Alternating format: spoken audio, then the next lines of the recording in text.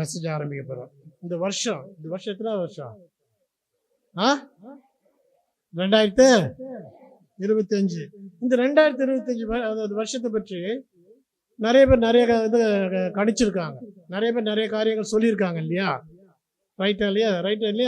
யாரும் எல்லாம் 24 மணி நேரமும் ஃபோனில் உட்காந்துருக்கீங்க. நீங்கள் யாருமே பார்க்கறது இல்லையெல்லாம் 25வது வருஷம் இப்படி இருக்கும் அப்படி இருக்குன்னு நிறைய பேர் சொல்லியிருக்காங்க. கேட்டிருக்கீங்களா? அப்போ இந்த 25வது வருஷம் என்ன சொல்லியிருக்காங்க? ஒரு இது தொழில்நுட்பத்தை பற்றி சொல்லும்போது எங்கேயோ போகும் அப்படின்னு சொல்லியிருக்காங்க. இப்போ ஆர்டிஃபிஷியல் இன்டெலிஜென்ட்னு இருக்குது இல்லையா? ஏஐன்றாங்க. அது போய் இப்போ டீப் என்னமோ சொல்கிறாங்க, டீப் சீக்கோ என்னமோ சொல்கிறாங்க. சரியா? அப்போ இந்த 25வது வருஷம் இந்த உலகத்தில் தொழில்நுட்பத்தில் வளரப்போகுது. அல்லையிலே சொல்கிறீங்களா? தொழில்நுட்பத்தில் வளரப்போகுதுன்னா அல்லையிலே சொல்கிறீங்க. சந்தோஷம். ஏன்னா நான் சொல்கிறது எல்லாமே நீங்கள் செஞ்சுருவீங்க, பரவாயில்ல. அதே போல் 25 வருஷம் பொருளாதார வளர்ச்சி. பொருளாதாரம், இந்தியாவுடைய பொருளாதாரம் 6%லேருந்து 10% வளரப்போதான். என்னது? 6%லேருந்து 10%. அப்போ அவருடைய பொருளாதாரம் எப்படி ஆகணும்? இந்தியாவில் 6%லேருந்து 10% அதிகம். சரியா? அதே போல் 25 வருஷம் சமுதாயத்தில் சீனா போல சமுதாயத்தில் மக்கள் வளர்ச்சியில் முன்னேறுகிறார்கள். மக்கள் முன்னேற்றம் நிறையா இருக்க போகுது. மக்களில் முன்னேற்றம் நிறையா இருக்க போகுது. ஏன்னா சீனாவில் இருக்கவங்களாம் என்ன பண்ணுறான்? அவனே வேலை செஞ்சுக்கிறான், அவனே இப்போ சம்பாதிச்சுக்கிறான், அவனே செய்கிறான். ஆனால் நம்ம ஊரில் என்ன பண்ண வேண்டியிருக்கு? 100 நாள் வேலை திட்டம்னு ஒன்று வைக்க வேண்டியிருக்கு. என்ன அதை போல் நிறைய காரியம் செய்கிறாங்க. என்ன அதே போல் சமுதாயத்தில் சொல்கிறாங்க, அநேக மேலை நாடுகளில் இந்த வருஷம் ரொம்ப முக்கியமான வருஷம். ட்ரம்ப் என்ன பண்ணார்? பதவி ஏற்றார் ஜனவரி 21 இல்லையா? அவர் எதனால பதவி ஏற்றார் தெரியுமா? ஒரே ஒரு காரியம் அவர் பதவி ஏற்றார், ஒரே ஒரு காரியம் அவர் ஜெயிச்சதுக்கு என்ன தெரியுமா? ஆவிக்குரிய காரணத்தினால. அந்த மனுஷன் பேசுனது அத்தனை என்னது? கிறிஸ்தவர்களுக்கு இந்த நாடு கிறிஸ்தவ நாடாக மாறணும், இந்த நாட்டில் கிறிஸ்துவனுடைய விசுவாசம் வரணும், இந்த மக்கள் எல்லாம் கிறிஸ்துவர்களுக்கு ஆவிக்குரிய வாழ்க்கையில் வளரணும் அப்படின்னு சொல்லி அவர் மட்டும் இல்லை, நிறைய நாடுகள். நேற்று நான் பார்த்தேன், நான் லண்டனில் நைட்டு ஒரு 12 மணி இருக்கும். நான் மெசேஜ் கூகுளில் பார்க்குறேன். நான் லண்டனில் இருக்க மக்கள் என்ன பண்ணுறாங்களாம்? விழிப்புணர்வு அடைகிறாங்களாம். அப்போ இந்த 25வது வருஷன்றது ஒரு ஆவிக்குரிய காரியத்தில் முக்கியமான இதாக சொல்லப்படுது. அதே போல் இந்த 25 வருஷம் ஒரு மாதம் நம்ம கழிச்சிட்டோம். இருந்தாலும் குடும்பங்கள் இந்த வருஷத்தில் முக்கியமாக கருதப்படுகிறது. குடும்பங்கள் என்பது புருஷன், பொண்டாட்டி, பிள்ளைகள் முக்கியமாக கருதப்படுகிறார். அவர்களாம் என்ன பண்ண போகிறாங்களாம்? அநேக நாடுகளில் குடும்பங்களாக உட்காந்து ஜெபிக்க போகிறாங்களாம், குடும்பங்களாக உட்காந்து சாப்பிட போகிறாங்களாம், குடும்பங்களாக உட்காந்து என்ன பண்ண போகிறாங்களாம்? காரியங்களை டிஸ்கஸ் பண்ண போகிறாங்களாம், குடும்பத்தில் ஒற்றுமையாக இருக்க போகிறாங்களாம். அதற்கான வருஷம் 2025 அப்படி என்ன பண்ணியிருக்கு? சிலர் சொல்கிறாங்க. சீனாக்காரன் என்ன சொல்கிறான்னாக்கா 2025 பாம்பினுடைய வருஷம். ஒரு 12 வருஷத்துக்கு ஒரு தடவை என்ன பண்ணுவான்? ஒரு வருஷமாக மாற்றுவான். 12 வருஷம் போய் இப்போ முதல் வருஷம் வரும்போது பாம்பினுடைய வருஷம். பாம்பில் நம்மளுக்கு பிடிக்குமா? பாம்பு எங்கே இருந்துச்சு முதல்ல?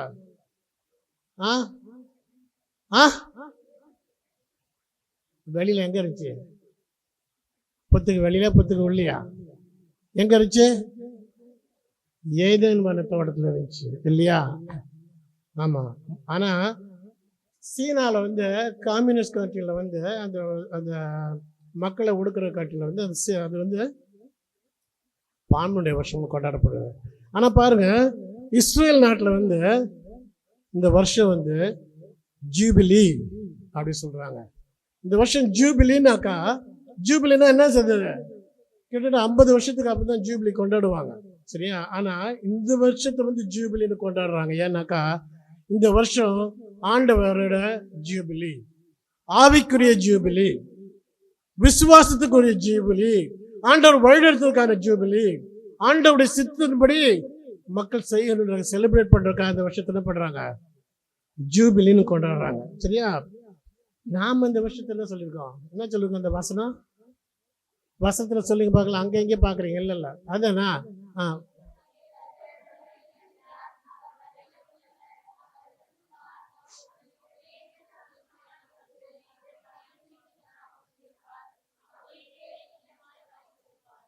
ஆமாங்க. இந்த வருஷத்தை நம்ம நம்முடைய தேவனாய கர்த்தர் நம்ம வடையில் இருக்கிற வருஷமாக நம்ம என்ன பண்ணியிருக்கிறோம்? அறிக்கை செய்திருக்கிறோம் இல்லையா?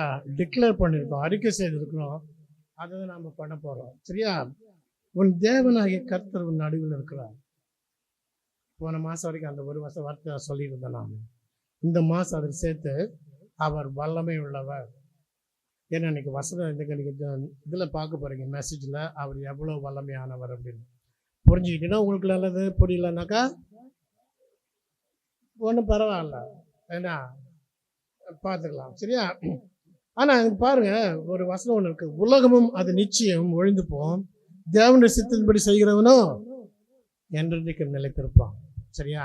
அப்போ ஒரு வருஷம் முடிஞ்சு போச்சு.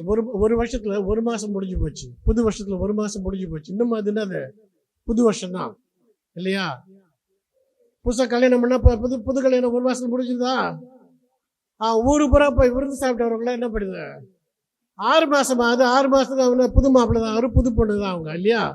அப்போ புது வருஷன்றது இந்த மாதத்துக்கு உண்டு இல்லையா? அப்போ இந்த புது வருஷத்துல, இந்த புது மாசத்துல நீ இந்த மாதத்தை இந்த வருஷத்தை எப்படி கொண்டாட போற? நான் சொன்னது உன் தேவனாய கர்த்தர் நடுவில் இருக்கிறார், அவர் வல்லமை உள்ளவர். ஆனா அவர் உனக்கு எப்படி இருக்க போறார் நம்ம பார்க்க போறோம். சரியா? எல்லாம் கண்களை மூடலாமா? எங்கள் கண்மலை மீட்பாங்க எங்கள் கர்த்தாவே, எங்கள் வாயின் வார்த்தைகளும் எங்கள் இருதயத்தின் ஞானம் உங்களுடைய சமூகத்தில் பிரியா இருக்கத்தக்கதாக எங்களை ஆசீர்வதித்து வழிநடத்த வேண்டும் என்று எங்கள் அருமனார் இயேசு கிறிஸ்து மூலமாக வேண்டி போகிறோம் பிதாவே, ஆமென். எல்லாரும் உங்க பைபிள் எடுங்க. 1 சாமுவேல் 22வது அதிகாரம். 1 சாமுவேல் 22வது அதிகாரம். ஒரு சில வசனம், ஒரு 3 வசனம் நான் வாசிக்கிறேன் நான். சரியா? 3-4 வசனம் நான் வாசிக்கிறேன். ஆனால் குறிப்பாக ஒரு வசனத்தை வச்சு நான் இன்னைக்கு மெசேஜ் கொடுக்க போகிறேன். 1 சாமுவேல் 22வது அதிகாரம். தாவீது அவிடத்தை விட்டு தப்பி அதுல்லாம் என்னும் கெபிக்கு போனான். அதை அவன் சகோதரரும் அவன் தகப்பன் வீட்டார் அனைவரும் கேட்டு அங்கே அவனிடத்துக்கு போனார்கள். ஒடுக்கப்பட்டவர்கள், கடன்பட்டவர்கள், முறுமுறுக்கிறவர்கள் யாவரும் அவனுடைய கூடிக்கொண்டு அவன் அவர்களுக்கு கூடிக்கொண்டார்கள். அவன் அவர்களுக்கு தலைவனானான். இந்த பிரகாரமாக ஏறக்குறைய 400 பேர் அவனோடு இருந்தார்கள். தாவீது அவிடத்தை விட்டு மோவாபியை சேர்ந்த மிஸ்பேக்கு போய் மோவாபின் ராஜாவை பார்த்து, தேவன் என்னை எப்படி நடத்துவார் என்று நான் அறிய மட்டும் என் தகப்பனும் என் தாயும் உங்களிடத்தில் தங்கியிருக்கும்படி உத்தரவு செய்யும் என்று சொல்லி அவர்களை மோவாபின் ராஜாவினிடத்தில் அழைத்து கொண்டு போய் விட்டான். தாவீது அரண்யில் இருந்த நாளெல்லாம் அவர்கள் அங்கே அவனோடு இருந்தார்கள். சரியா? இதில் நான் எடுத்து இன்னைக்கு தியானிக்க போகிற வசனம் 2வது வசனம். வாசிக்கலாம் எல்லாரும் சேர்ந்து. ரெடி? 1 2 3 4. ஒடுக்கப்பட்டவர்கள், கடன்பட்டவர்கள், முறுமுறுக்கிறவர்கள் யாவரும்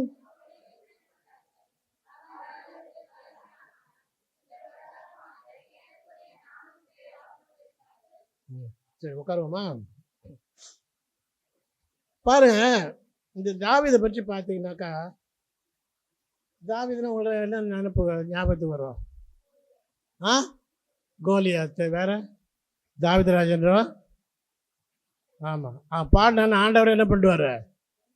மயங்கிடுவார். ஆமாம், அது போல் ஆள். அப்புறம் வேற என்ன தெரியும் உங்களுக்கு அவனை பற்றி? ஆடு மேய்ச்சார். அப்புறம் ஆண்டவர் எப்போதும் தூத்து கொண்டு வந்தார். அப்புறம் ராஜா அபிஷேகம் பண்ணப்பட்டவர், ராஜா வானார் ஒரு காலத்தில். அப்புறம் வேற எதையும் யார் சொல்கிறீங்களா? ஆண்டவருடைய இருதயத்துக்கு ஏற்றவன். அதை நீ சொன்னியா? என்ன சொல்ல? கிண்ணறம் வாசிக்கிறவன் இல்லையா? அதுன்னு சொல்ற. சிங்கத்தை பிடிச்சி என்ன பண்ணானா? சிங்கத்தையும் கரடியும் வாயை பிடிச்சி கிழிச்சு போட்டானா. நம்மளுக்கு இங்கே சப்பாத்தி பிக்க முடிய மாட்டேங்குது. என்ன? அவன் சிங்கத்தை பிடிச்சி என்ன பண்ணானா? கிழிச்சு போட்டானா. பாருங்க, இது நீங்கள் சொல்கிறது எல்லாமே ரொம்ப ஃபேமஸானது தாவீது ராஜாவை பற்றி. என்ன வரான் ஆண்டவுடைய ஊழியக்காரன் சாமுவேல் வரான், ஈசா வீட்டுக்கு வரான், எல்லா பிள்ளைங்களும் கூப்பிடுறான், எவனுக்கு குவாலிஃபைடு இல்லைன்ட்டான். கடைசியாக வந்து அவன் கேட்குறான், இதுதான் இவ்வளோதான் அவன் பிள்ளையா அப்படின்னு. இல்லை இன்னொருத்தர் என்ன பண்ணுறான், ஒன்றுக்கு லாய்க்கெல்லாம் ஆடு மேய்ச்சிக்கிட்டு இருக்கான், அவனை கூப்பிட்டுவான், அபிஷேகிக்கிறாரு.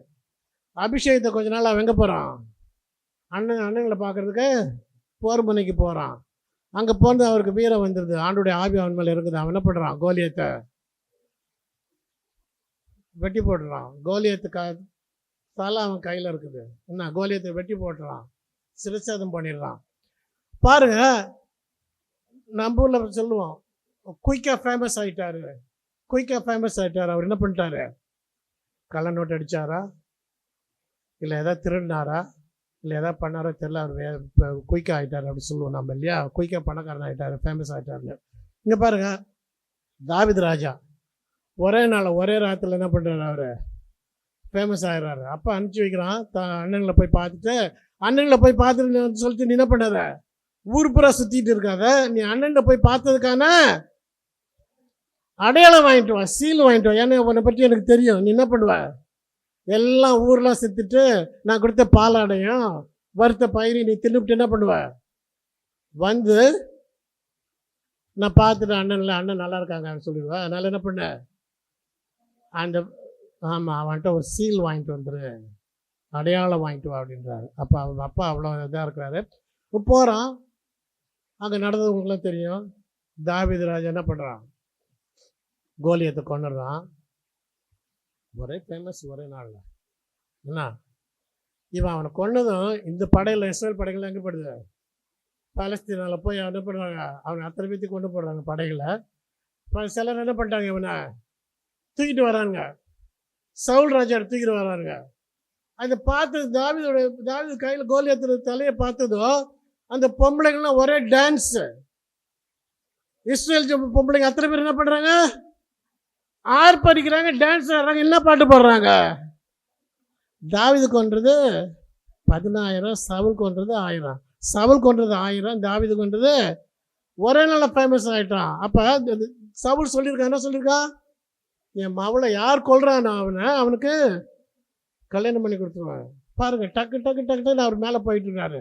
இங்கே சாவடிச்சாரு, எல்லாம் தூக்குனானுங்க, கொண்டாடினானுங்க. அவர் கையில் இதோட கோலியத்தர் தலையோட ராஜாவோட அரண்மனைக்கு போனார். ராஜா என்ன பண்ணிட்டார், உடனே தன் பொண்ணை கல்யாணம் பண்ணி வச்சுட்டாரு.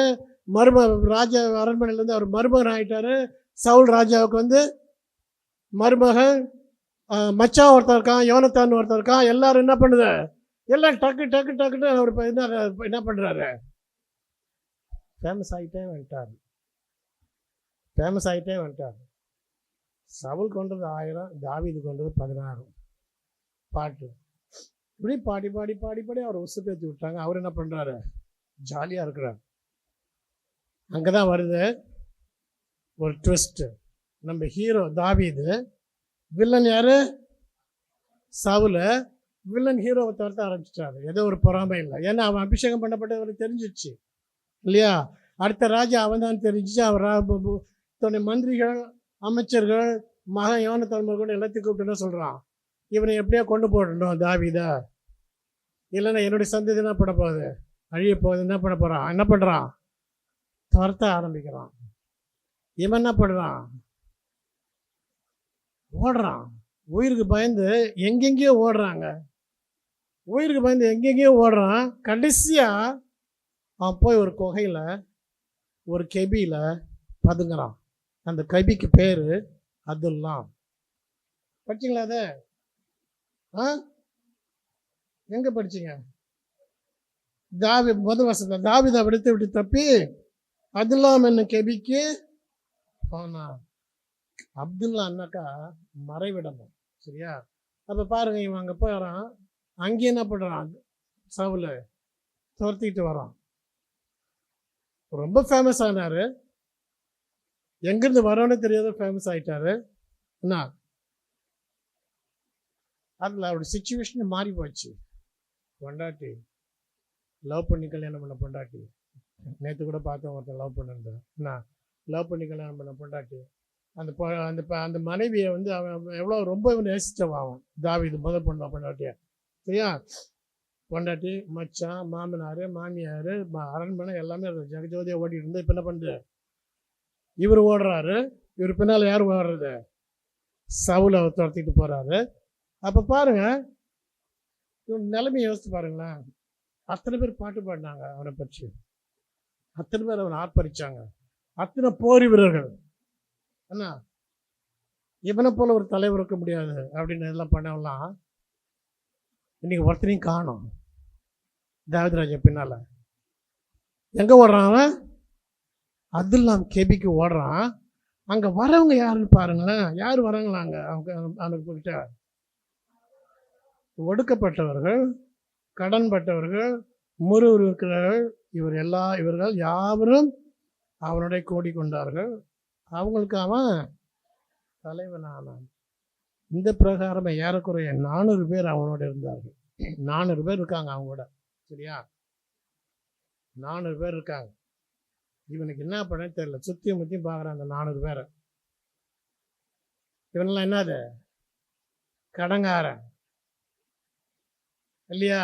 இன்னைக்கு எத்தனை பேருக்கு கடங்கார ஃப்ரெண்டாக இருப்பாங்க? ஒரு தடவை கொடுப்பேன், 2 தடவை கொடுப்பேன், 3வது தடவை கடங்க கட்டி வந்தால் என்ன பண்ணுவேன்? நீ பின் கதை வழி நீ வெளில கிளம்பிடுவேன் நீ, இல்லையா? கடங்காரன், ஒடுக்கப்பட்டவன் நிறைய நம்ம ஊரில் இருக்காங்க. என்ன, ஒடுக்கப்பட்டவன் நிறைய பேர் இருக்காங்க.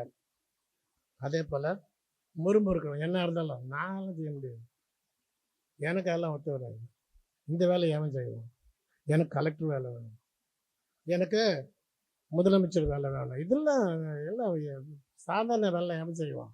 எனக்கு கொடுத்த மோடியோட வேலை கொடு, என்ன இல்லைன்னா ட்ரம்ப்போட வேலை கொடு, அதெல்லாம் நான் சூப்பராக செய்வேன். ஆனால் இங்கே இருந்த வேலை தான் என்ன பண்ண முடியாது.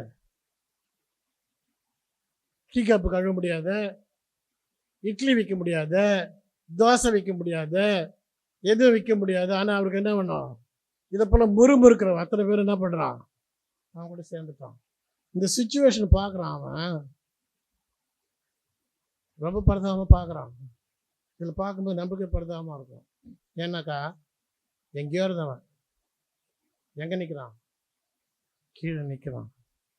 எங்கேயோ இருந்தப்ப தாவீது ராஜா ஒரு சங்கீதம் கூட பாடல. எங்கேயோ இருந்தப்ப அவன் கோலியத்தை வின் பண்ணப்பையோ இல்லை மற்ற காரியங்கள் இருந்தப்பையோ தேவன் அவன் நினைக்க மாறான்ட்டான். இங்கே உட்காந்துக்கிட்ட சங்கீதம் 52ன்னு 1, 57 எடுங்களேன். யாரும் வாசிக்காதீங்க. சங்கீதம் 57 எடு பாருங்க. இது வரைக்கும் தாவீதுக்கு அவன் அபிஷேகம் பண்ணப்பட்ட தேவனை தெரியல. இது வரைக்கும் அவனுக்கு கோலியாத்தை கொல்றதுக்கு உதவி செய்த ஆண்டவரை தெரியல. இது வரைக்கும் அவனுக்கு பொண்ணு கிடைக்க செய்த ஆண்டவருக்கு தெரியல. இது வரைக்கும் அவன் அரண்மனையில் ஒரு இளவரசனாக வைத்திருந்த அந்த ஆண்டவருக்கு கண்ணு தெரியல. இது வரைக்கும் ஒரு இளவரசன் யோனத்தான் அவனுக்கு மச்சானா இருந்த அவனுக்கு கண்ணு தெரியல. அப்பெல்லாம் ஆண்டவரை பற்றி தேடல. ஆனால் என்ன பண்ணுறான்? சவுலால் துரத்தப்பட்டு இந்த குகையில் போய், அப்துல்லான்ற குகையில் போய் இருக்கும்போது என்ன பண்ணுறான்? அவன் தாவீது சவுலுக்கு தப்பியோடி கெபியிலே ஒதுங்கையில் தனக்கு நஷ்டமாக நேரிடாதபடி அல்தேஷ்கேத் என்னும் வாத்தியத்தில் வாசிக்க தாவீது பாடி ராகத்தலைவனுக்கு ஒப்புவித்த மிக்தாம் என்னும் சங்கீதம். 57 அதிகாரம் நீங்கள் படித்து பாருங்க வீட்டுக்கு போய். சரியா? இது மட்டும் இல்லைங்க, அங்கேருந்து அவன் அழுகுறான். இது மட்டும் வாசித்தது கிடையாது. சங்கீதம் 142 இடம். சங்கீதம் 142 எடுத்தீங்களா? அதுக்கு தலைப்பு என்ன கொடுத்துருக்க பாருங்க.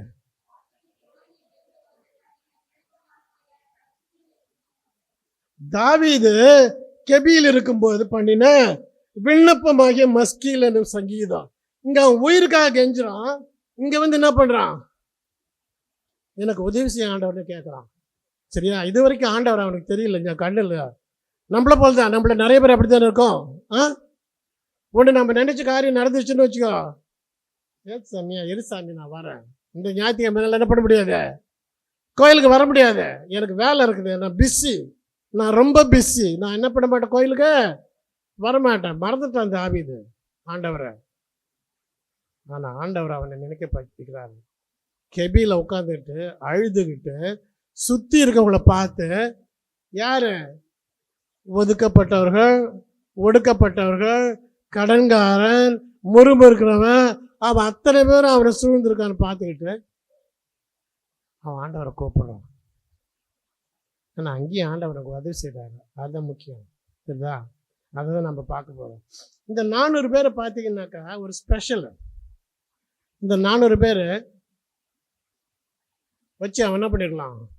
ஒரு கலகம் உண்டாக்கிருக்கலாம் இஸ்ரேல் நாட்டில், இல்லையா? நம்ம புதிய ஏற்பாடு படிக்கும்போது பார்க்குறோம். ஏன்னா இவன் கமாலியால்ன்ற ஒரு ஊழியக்காரன் சொல்கிறான், ஒரு டீச்சர் சொல்கிறான், விடுங்கடா இவர்களாம், இந்த 11 சீஷில் விடுங்கடா, இது ஆண்டவரால் ஆனதாக இருந்தால் அது வளரும். ஆண்டவர் ஆனது இல்லைன்னாக்கா எத்தனை பேர் வந்தால் எத்தனை பேர் என்ன பண்ணான்? அடிச்சு போட்டாருங்க, சாவடிச்சுட்டாருங்க, கொண்டுட்டாருங்க, அவன் செத்துட்டு போயிட்டு இருப்பான். நீ எதுக்கு அதெல்லாம் கவலைப்படுகிற? இது தேவனால் உண்டா இருந்தால் நடக்கும் அப்படின்றோம். சரியா? இந்த 400 பேர் பார்த்தீங்கன்னாக்கா நம்மளை வீட்டில் சேர்க்காத ஆளுங்க, இல்லையா? நம்மளை வீட்டில் சேர்க்கக்கூடாத ஆளுங்க. உண்மையா பொய்யா? ரைட்டா ராங்கா? ஆனால் இந்த 400 பேர் தான் தாவீதோடு இருக்காங்க. மற்றவையெல்லாம் யாரோட இருக்காங்க? சவுலோடு இருக்காங்க. ரெடியாக எங்கே பார்த்தாலும் என்கவுண்டரு, எங்கே பார்த்தாலும் வெட்டி போடுற, எங்கே பார்த்தாலும் என்ன பண்ணாத, அவனையும் குடும்பத்துலேயும் அப்பனும் அம்மாவும் அண்ணனை தம்பி அக்காவை தங்கச்சோ யாராக இருந்தாலும் என்ன பண்ணிடு, போட்டு தள்ளிடு. அதுதான் சவுல் கொடுத்த கட்டளை. சரியா? ஓடுறான், அங்கங்கே ஓடுறான் அவன். ஆனாலும் இந்த 2 இது எழுதுறான். இங்கே சில காரியங்கள் நம்ம பார்க்கணும். தாவீதை சுற்றி ஒரு போர் வீரன் கிடையாது. தாவீது கோலியாத்தை கொண்ட போது அவன் கூட இருந்தவங்க யாரும் கிடையாது.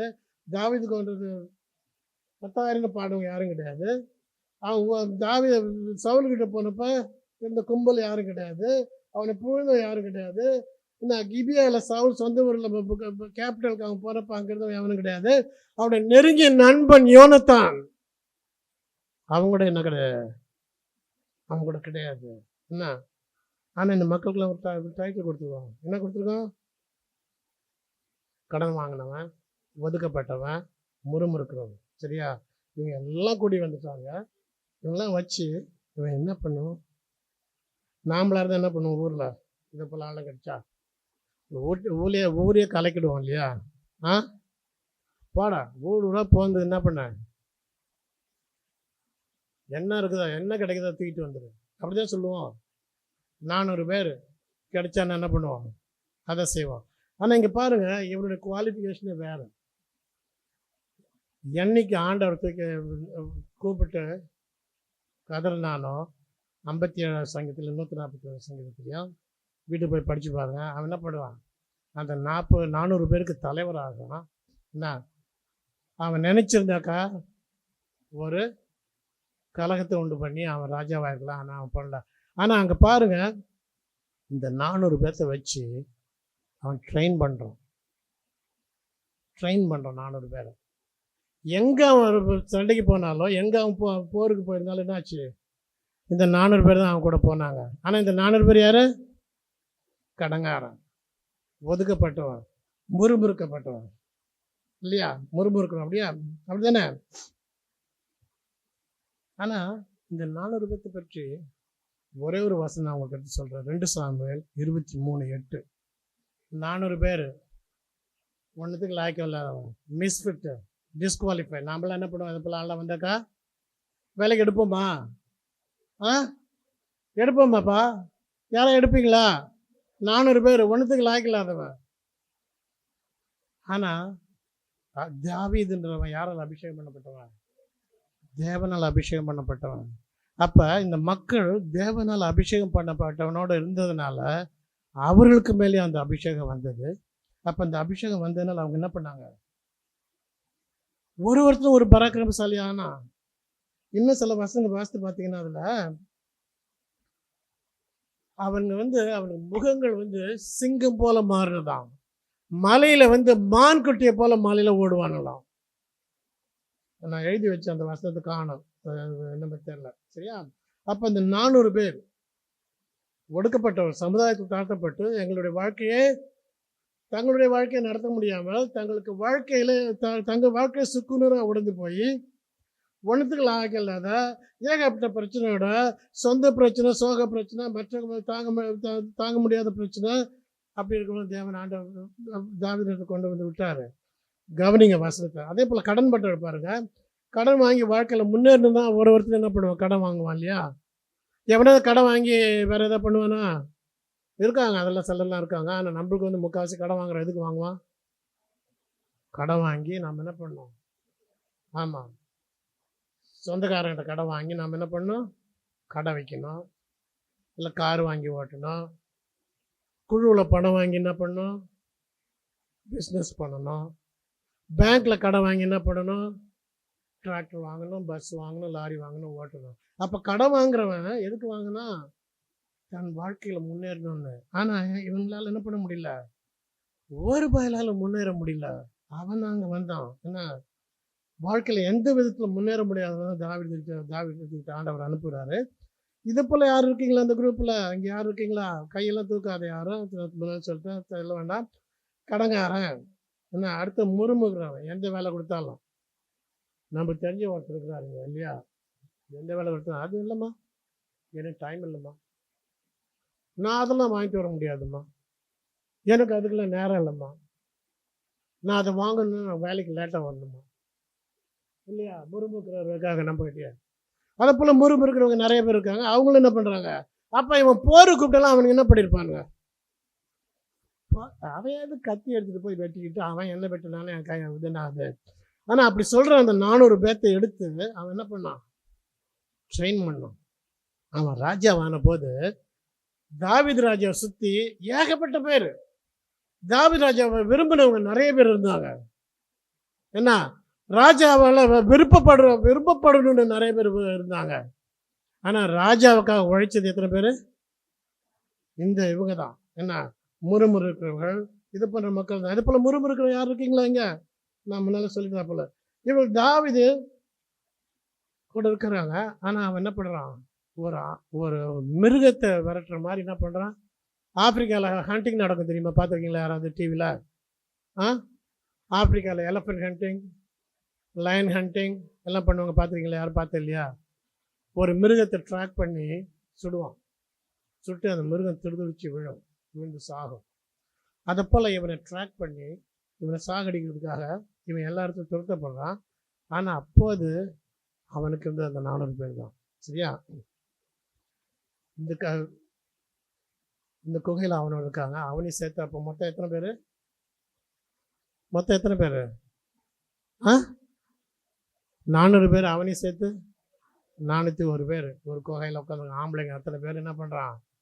குகையில் உட்காந்துருக்கான். சரியா? இந்த வசனம் தான் ஒன்று வாசிக்க சொல்லணும்னு நினச்சிட்டாங்க. சரி, 1 நாளாகவும் 12:8-6 வாசிங்களா? 1 நாளாகவும் 12:8. ஆமாங்க, இந்த 40 பேர்த்துக்கு அப்புறம் தான், இந்த 400 பேர்த்துக்கு அப்புறம் தான் மற்றவங்களாம் வரானுங்க. சரியா? அப்போ பாருங்கள், இந்த 400 600 ஆச்சு. சரியா? 600 ஆகும்போது ஒரு இது கொடுக்கப்பட்டிருக்குதுங்க. அவன் கூட இருந்தவங்க எல்லாருமே ஒரு டிஸ்குவாலிஃபை ஆகிறதால, மிஸ்ஃபிட் ஆகிறதால ஆண்டவர் என்ன பண்ணுறாரு? அவங்கள அவரிடத்துல அனுப்புகிறாரு. தாவீதின் இடத்துல போனவர் அத்தனை பேர் என்ன பண்ணானுங்க? போர் வீரன் ஆனானுங்க, போர் தலைவராக ஆனானுங்க. இப்போ படிச்சுங்க, 800 பேர்த்த வெட்டி போடுறான். அவன் கையில் கத்தி நாயிடுதான், ஒட்டிக்குதான். அந்த அளவுக்கு போர் வீரனாக இருக்கான் இல்லையா? இன்னைக்கு அதை பிள்ளைங்க யாரும் ஜெப வீரர் யார் இருக்கீங்களா? ஜெப வீரர் யார் இருக்கீங்களா? இங்கே பாருங்க, தாவீது 400 பேர்த்த மாற்றினான், அவர்கள் வாழ்க்கையை மாற்றினான். தாவீதின் குமாரன் இயேசு கிறிஸ்து. தாவீதின் குமாரன் எங்களுக்கு யார் கூப்பிட்டது? பர்த்திமே என்ற குருடன். அப்ப இந்த தாவீது வந்து தன்னுடைய வாழ்க்கையில அவன் ஆண்டவரை பின்பற்றினதுனால அவன் என்ன பண்ணான்? 400 பேர் வாழ்க்கையை மாற்றினான். புரியுதா? அதுக்கப்புறம் பார்த்தீங்கன்னா, நிறைய படித்து பார்த்தீங்கன்னாக்கா, அந்த 400 பேர் போருக்கு போகிறாங்க. ஏன்னா போருக்கு ஒரு இடத்துக்கு போகிற இன்னொரு இடத்துல என்ன பண்ணுறான்? எழுதி வச்சு மறந்து போச்சு. ஒரு நாட்டுக்காரன் என்ன பண்ணுவான்? எல்லாம் வந்து அவன் பொண்டாட்டி பிள்ளை ஆடு மாடு எல்லாத்தையும் என்ன பண்ணுறான்? ஓட்டிகிட்டு போயிடுவான். தாவீது ராஜா போர் முடிஞ்சு கொண்டா வந்து பார்க்குறான், என்ன ஆயிடுச்சு, யாருமே இல்லை. அந்த 4 பேரும் உட்காந்து பொம்பளை மாதிரி அழுகுறாங்க. அழுது முடிச்சுட்டு என்ன பண்ணுறாங்க, போகிறானுங்க, தேடி போய் ஒரு தொடப்பு குச்சி கூட மிச்சம் இல்லாத என்ன பண்ணுறாங்க, திருப்பி கொண்டு வராங்க. அப்போ அந்த வீரர்கள் எப்படிப்பட்ட வீரனாக இருக்கும், அத்தனை பேரும் போய் தனக்கு உரியதை எடுத்துகிட்டு வந்தாங்க. அதில் எங்கே பார்த்தீங்கன்னாலும் சவுளுடைய இதை எடுத்தான், யோனத்தானுடைய பங்கு எடுத்தான், சவுளுடைய நிலத்தை பிடிங்கிட்டான் அப்படின்னு இருக்காது. கஷ்டப்பட வைத்தான் அந்த மக்களை. கடன்காரர்கள் யார் என்று உணர வைத்தான். ஒடுக்கப்படுகள் யார் அவர்கள் என்று உணர வைத்து அவர்கள் என்ன பண்ணான், தயார்படுத்தினான். முறுமுறுக்கள் யார் என்று பார்த்து அவர்கள் என்ன பண்ணான், தயார்படுத்தினான். இன்றைக்கி அதை போல் எங்கே இருக்கீங்கன்னாக்கா, அங்கே குகையில் அவன் கூட தங்கியிருந்தது போல் உங்களுக்கு ஒரு குகை உண்டு, உங்களுக்கு ஒரு புகலிடம் உண்டு, உங்களுக்கு ஒரு குகை உண்டு. கர்த்தர் இயேசு கிறிஸ்துவின் ரத்தம், கர்த்தர் இயேசு கிறிஸ்துவின் ரத்தம். நீ கஷ்டத்தில் இருக்கியா, நீ பிரச்சனையில் இருக்கியா, நீ கடலில் இருக்கியா, நீ பாவத்தில் இருக்கியா, நீ எந்த பிரச்சனையில் இருந்தாலும் சரி, தாவீதின் குமாரன் இயேசு கிறிஸ்து என்ன பண்ணுறவரா இருக்கிறாரு, என்ன பண்றவரா இருக்கிறாரு.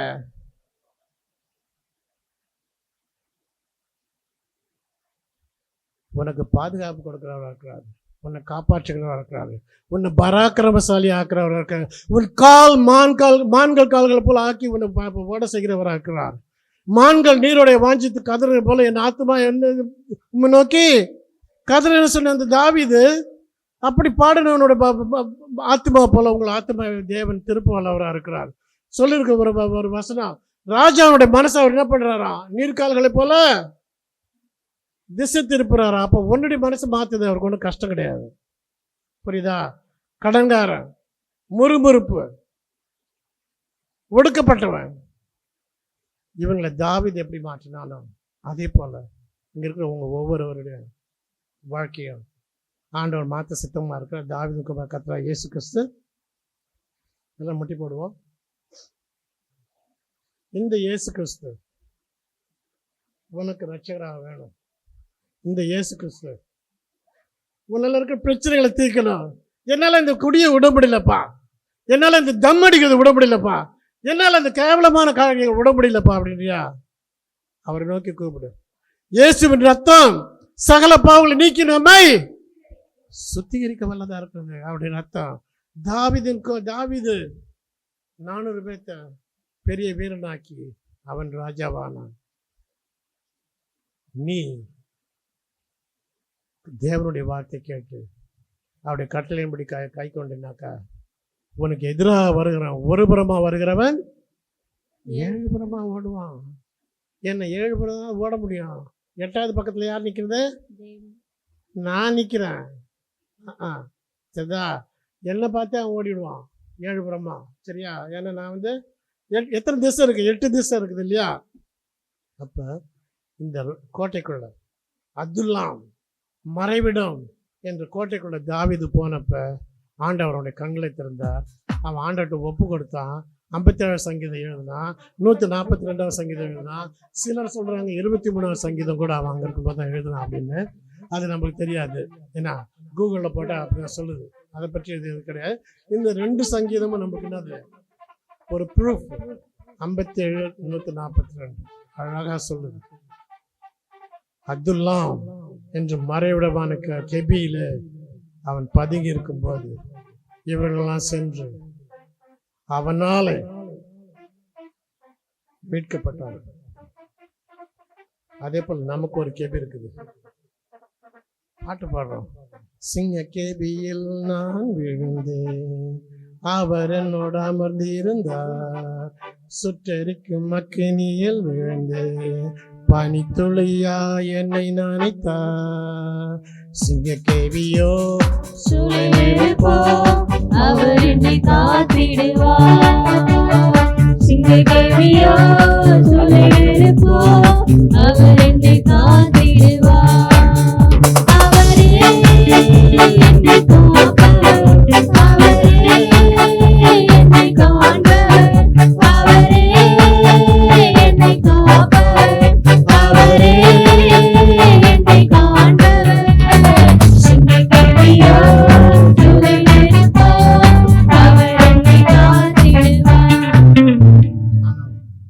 அவர் உன்னை காக்க ரெடியா இருக்கிறார். இன்றைக்கு அவருடைய சன்னிதானத்தில் வந்து அவருடைய பிரசனத்தில் ஒன்று ஒப்பு கொடுத்து அவரை நீ ஒரு சொந்த ரட்சகராக ஏற்றுக்கொள்ளணும்னா எல்லாம் முன்னால் வந்து முட்டி போடுங்க. இது ஜெபிக்க வேண்டிய நேரம். உங்களுடைய வியாதிகளுக்காக, உங்களுடைய கஷ்டங்களுக்காக, உங்களுடைய ரட்சிப்புக்காக ஜெபிக்க வேண்டிய நேரம்.